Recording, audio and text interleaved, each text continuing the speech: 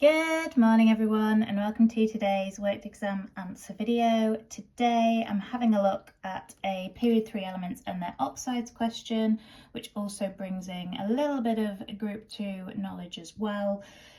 There are a lot of equations and a lot of factual things that we need to know for this topic, but what I'm hoping that we can do whilst we work through some of these questions is have a think about how we can learn some more general things that will then help us to put some of those equations together without necessarily needing to rote learn all of them. And we definitely do need to know some of them, but I'm hoping that we can put others together using bits of knowledge rather than just going, oh, I've rote learned this equation and it's this, this and this. The former is a much better way of working because it helps us to also be able to attempt sort of more application questions, more suggest questions, and make links between things. So that's my hope for you in this topic, but also within this video. So thinking about period 3, first of all, we've got a given equation for the reaction between phosphorus and an excess of oxygen. So the bits that I would be remembering here is that phosphorus is actually P4. So phosphorus is exists as molecules made up of 4 atoms. That's the first thing we need to remember. The other thing we need to remember is that it's going to be phosphorus 5 oxide. The phosphorus is going to have an oxidation state of +5 and the oxygen is going to be -2.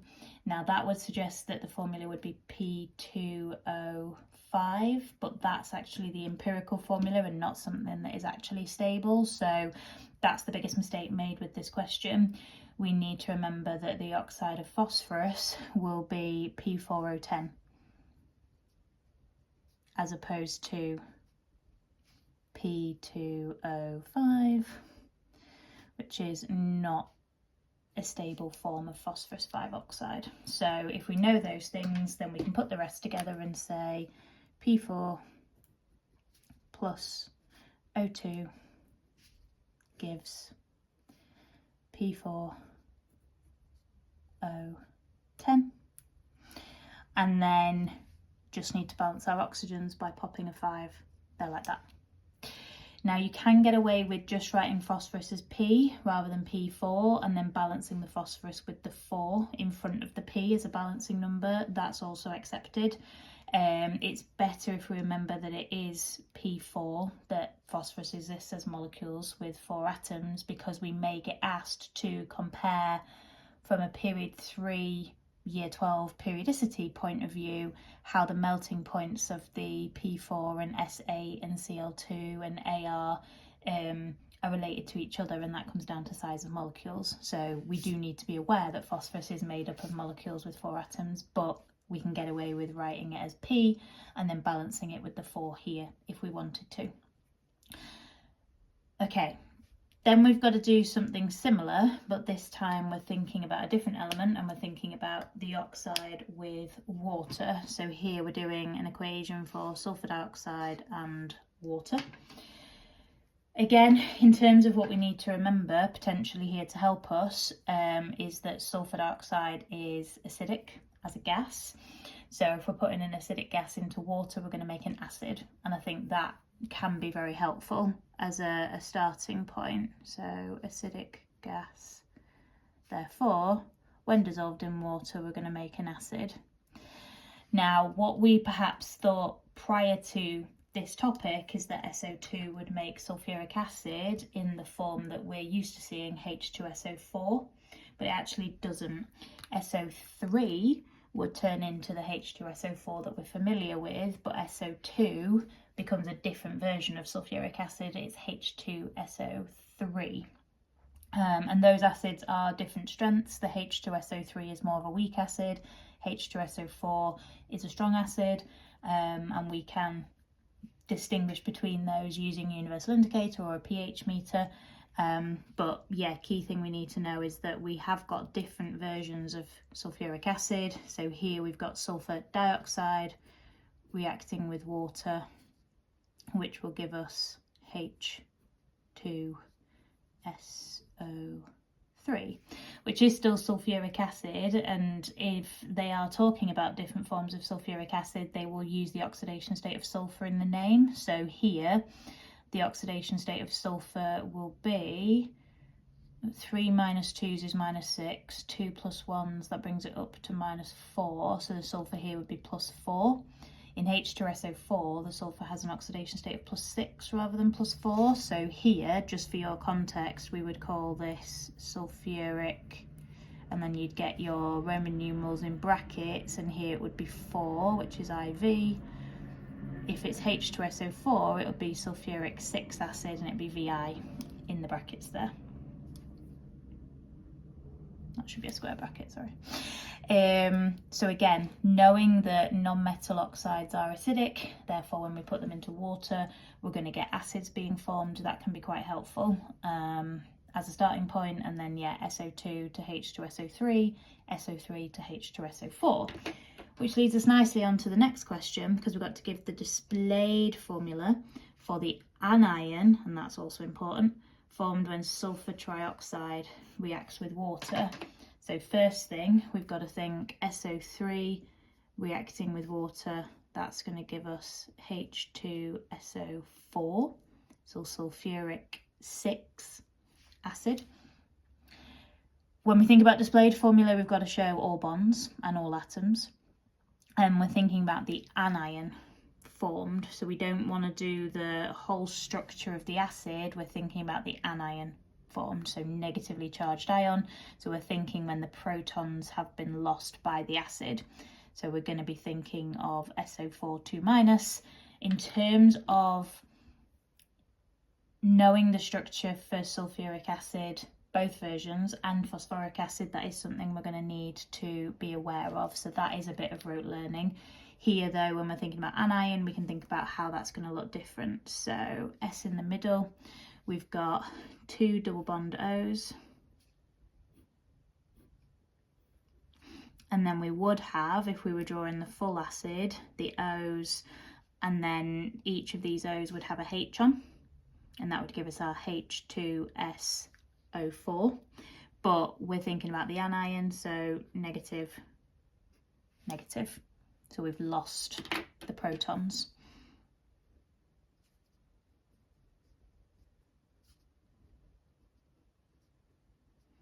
Sometimes it will just ask you for the displayed formula of the acid, sometimes for the anion, so make sure you read that question carefully.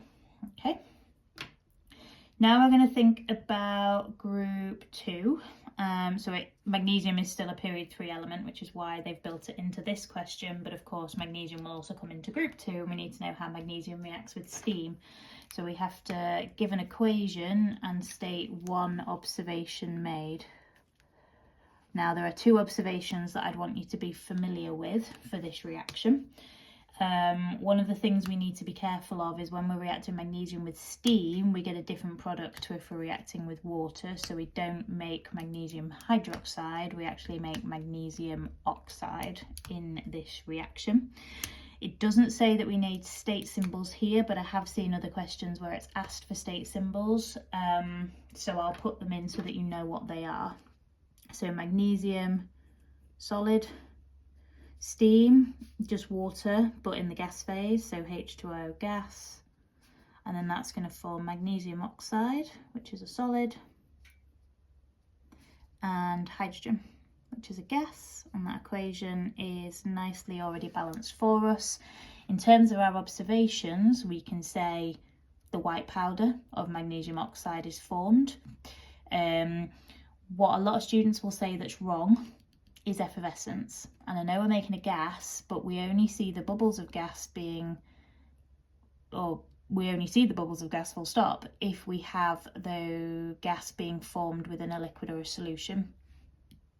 We don't have that. We have a solid reacting with a gas, so we're not going to see those bubbles of gas being made, so we can't see effervescence here, and that's the biggest trap that students will fall into. So the other observation is how the magnesium will react with the steam when we get to that point. So it takes a while, we've got to heat up the magnesium, we've got to heat up our water, get it to steam, and then when they react we will see a bright white light, which is the trademark of magnesium if you will. So it only asks for 1, but other questions will ask for 2. So I'm going to put both down so that you know what both of them are. But again, if you're asked for 1, only give 1, because if you gave 2 and 1 was right and 1 was wrong, you would then, according to the list principle, get no marks, because you can't get 1 if you've given something that's right and something that's wrong. If it asks for 1, give 1. I'm giving you 2 because some questions will ask for 2, and you can say white solid instead of white powder for MgO, either or, okay? Now, in terms of this last question, this is one of the ones where I would highly recommend not learning the full equation, but rather using some general principles. So I've got to write an equation to show how an excess of magnesium oxide reacts with phosphoric acid, and then they've very kindly given us the formula for phosphoric acid. Now, the generic equation that is going to be really important here is any metal oxide reacting with an acid will form a salt plus water. And when it comes to the formation of the salt, we always have the metal from the metal oxide, so magnesium, and then it's the ending that comes from the acid, so phosphoric acid, we're going to have PO4. So we're going to make magnesium phosphate. Now what we need to figure out is what the charge on those 2 ions would be. So magnesium being in group 2 would be Mg2+. If phosphoric acid has the formula H3PO4, 3 positive for the hydrogen, so +3, PO4 has to be 3-, which is not going to make this a very nice equation, but I would hope at this point you are happy with putting a formula together from these ions and balancing equations, and that's definitely going to be easier than rote learning every single oxides reaction with every different type of acid.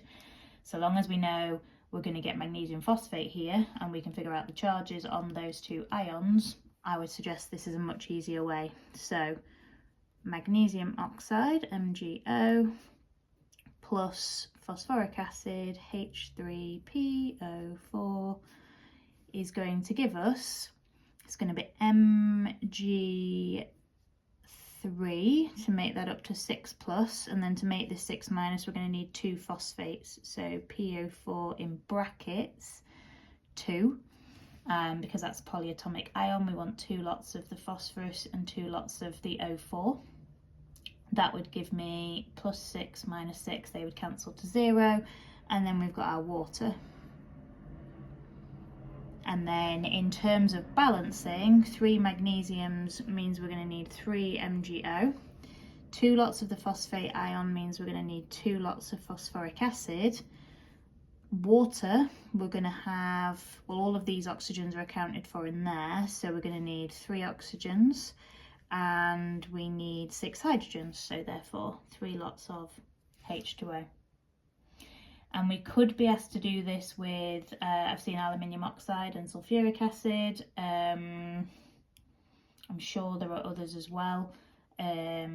Sodium oxide with an acid, because the metal oxides will react with acids in what is essentially a neutralization reaction, because the metal oxides will form alkaline solutions in water reacting with an acid, so we get salts being made.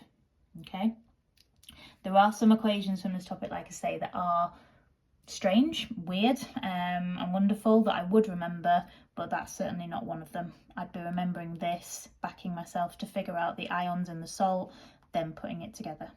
Okay, hopefully those equations and me working through them like that has been useful. Any questions at all, please do not hesitate to ask, and if there's other period 3 element sort of questions you want me to do, as always, just let me know, or any questions generally. I hope the revision's going well, guys, and I hope those of you who have had exams already, I hope they went well. Take care of yourselves, and I will be back with another video soon. Thank you so much.